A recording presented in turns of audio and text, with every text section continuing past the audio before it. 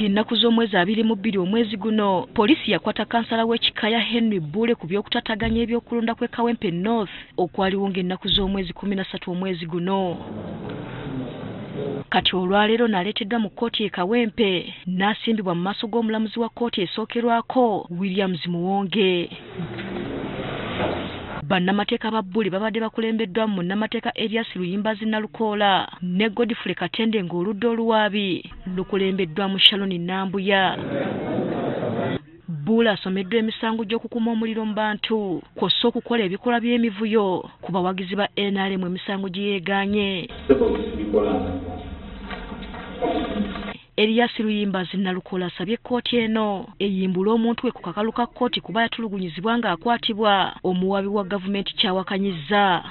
Subjected to torture that he should be remanded further without medical treatment by doctor of his own choice.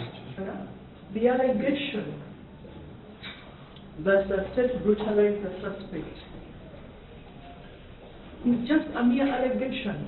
Sharon Nambuya asabye bannamateeka ba Bule okuleeta obukakafu obulaga nti omuntu waabwe yatulugunyizibwa era n'asaba kkooti esooke ebawa obudde bakole okunoonyereza. The documents that have been submitted to the court, and in addition, submit affidavit in objection to bail. Wano omulamuzi amusindise ku alimanda e Luzira okutuusa ng'ennaku z'omwezi 3 omwezi ogujja.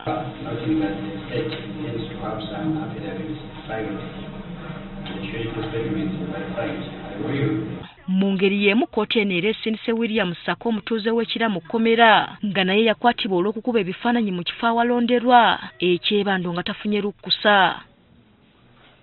Sako omusango gumusomeddwa wabula embeera n'emusukkako n'azirika ekitabudde kkooti n'eyimirizibwamu okumala eddakiika 3.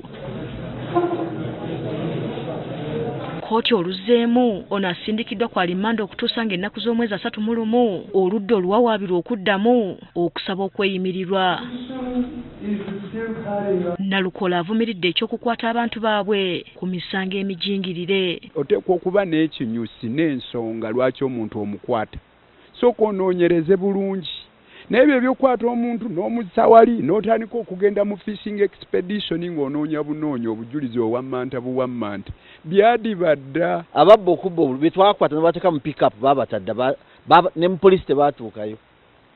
Naye abatalina musango bali luddawa wano. Luyimbazi atubuulidde ekimuwalirizza okuwolereza abantu bano. Ebimu ku bye nasuubiza abantu b'e Kawempe North kwe kukaayanira obwenkanya n'eddembe ly'obuntu. Gwe tolaba eddembe ly'obuntu nga lirinnyirirwa. Bwe wabaawo eddembe ly'obuntu ery'omulala eririnnyirirwa eriryo liba litiisiddwa. Emmanuel Sserunjo gy'asabye kkooti eyimbule Bule asobole okukola ku nsonga y'emyala egitawaanya bannakawempe. Oza kino kibonerezo eri bannakawempe nti minisita abadde yandibadde ali mu myala kati mu kiseera kino asaana agende mu kkomera abantu bongere okubonaabona era nga babavunaana okulonda Nalukoola.